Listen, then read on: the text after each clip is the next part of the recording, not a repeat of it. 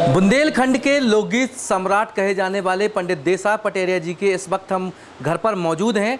उनके परिवार के लोग भी हमारे साथ मौजूद हैं और साथ में जो उनके चाहने वाले हैं उनके साथ रह कर के मंच पर प्रस्तुतियां देने वाले लोग भी हैं, जिन्हें आज भी उनके पुण्यतिथि पर उन्हें याद कर रहे हैं। उनसे हम बात करेंगे, पूछेंगे। सर्वप्रथम जो विनय पटेरिया हैं, जो उनके पुत्र हैं, उनसे हम बात करेंगे कि क्या यादें हैं उनकी, इस श्रद्धांजलि के रूप में क्या कहना चाहते हैं। जी नमस्कार भैया, विनोद भैया, सीताराम।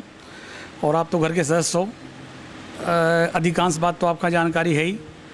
बाकी पुण्यतिथि जो हम जा कार्यक्रम हम और हमारे भैया परिवार के और संभवतः जो मान लो जितने कलाकार हैं सभी के आयोजक हैं। कोनो यह सुनिएगा कि हम कार्यक्रम जो कर रहे हैं कि सिर्फ विनय पटेरिया कार्यक्रम कर रहे हों, थोड़ी सो हर काम के लाने एक आदमी आगे लगा थे, क्योंकि आप देखा रहो बाकी हम पीछे हैं, तो सारे के सारे आदमी के सहयोग हम कराते हैं, तभी जाकर जो कार्यक्रम हो पाओ थे। उनका निधन कैसे हो गया था, कब हुआ था, कब इनका जन्म हुआ था? और जन्म तो खैर वैसे यूट्यूब के माध्यम से सभी को जानकारी मिल चुकी है। 25 जुलाई 1953 ये डॉक्यूमेंट में लिखा हुआ है। अब उस समय 70 साल पहले, डेट का फिक्स नहीं, लेकिन ये माना जाता है कि जो डेट अखबार में उनके उसमें लिखी रहती है, अपने क्या कहते हैं मार्कशीटों भी मानी जाती है, तो उसके अनुसार 25 जुलाई 1953 का उनका जन्म है। ग्राम तिदनी, छतरपुर से 23 किलोमीटर दूर, नौगांव तहसील में, वहाँ पैतृक ग्राम है। हम भी वहीं पैदा हुए हैं, वो हमारा गांव है।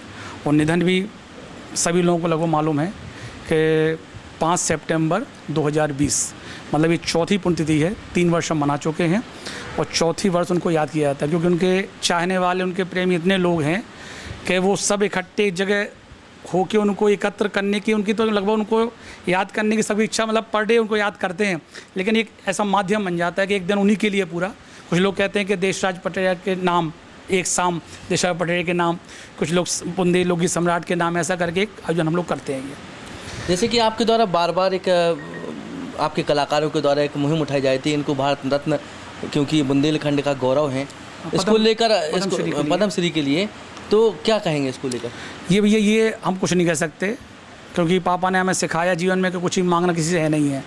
और उन्हें कलाकारों का जो प्रेम मिलता है वो भारत रत्न से ऊपर है।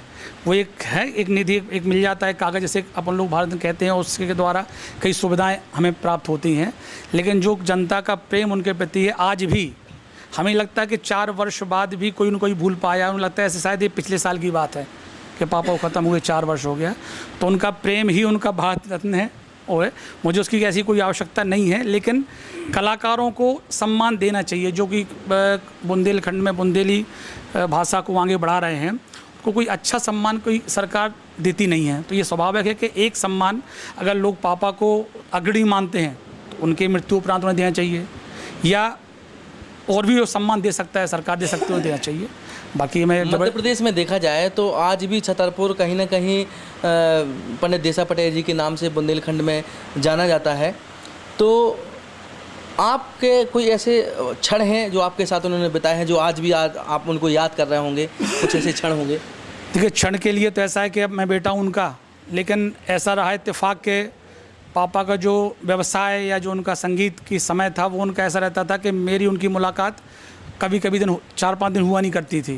तो ये मैं, हमारे जो साथी, पापा के साथी कलाकार हैं, मेरे बाजू में बैठे हुए हैं, आदरणीय मथुरा प्रसाद प्रजापति जी, जिनका इस वर्ष मैं सम्मान कर रहा हूँ। प्रतिवर्ष में लगभग 20 कलाकारों का सम्मान, जो पापा के साथ गाते रहे, उनका सम्मान स्टेज से करता हूँ, सील के द्वारा, साल के द्वारा। आदरणीय हमारे राम कुमार प्रजापति जी बैठे हैं, हमारे बड़े भाई जयप्रकाश पटेरिया बैठे हुए हैं।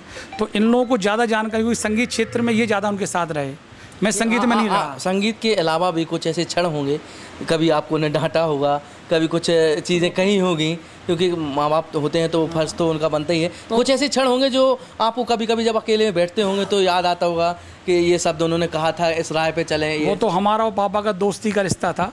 माता पिता तो हमारे थे, यार करके उनसे हमारी बात होती, अरे यार पापा, वो हमसे करते थे। उन्हें कोई समस्या होती तो हमारे पास तक चल के वो आते थे, पर चल हम उनके पास नहीं आ पा रहे तो वो हम जहाँ बैठे वहाँ तक आ जाएंगे। तो उनका हमारा ऐसा रिश्ता था। और डांटना बना तो उनका सीधा सिद्धांत ये था कि उन्होंने कभी जीवन में पैसों को महत्व नहीं दिया।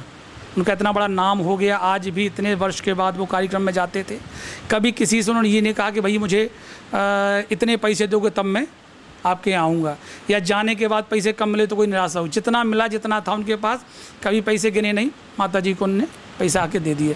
तो मैं तो ये कहूँगा कि जीवन भर मेरी शादी के क्षण हैं। जब शादी हुई तो लोगों ने कहा कि भाई अब शादी होती एक लड़की पसंद आई, उनको सब लड़की पसंद थी। उन्होंने कहा कि लड़की कोई बुरी नहीं होती। तो एक सोच एक ऐसी थी उनकी जीवन में, एक पॉजिटिव सोच, हमेशा सकारात्मक सोच।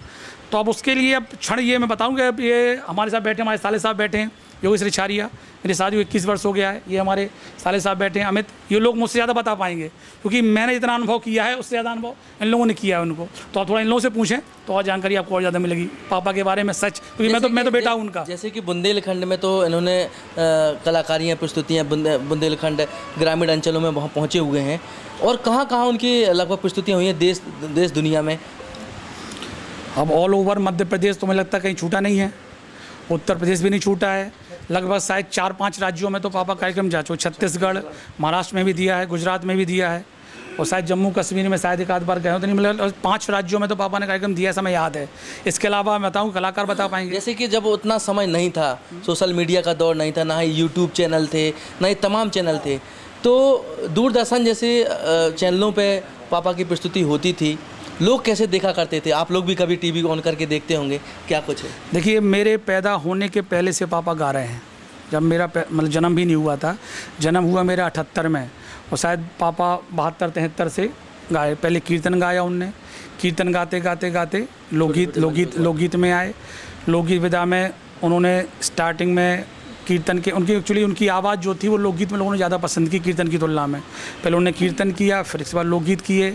अब उनके जो जीवन के क्षण हैं, क्योंकि मैं 78 में पैदा हुआ, उससे पहले वो गा रहे थे, तो 78 से लेकर 10-12 साल तक की तो यादें जो बताए, जो दूसरे लोग बताते हैं उनके अनुसार यादें कि उन्हें बहुत स्ट्रगल जीवन में किया।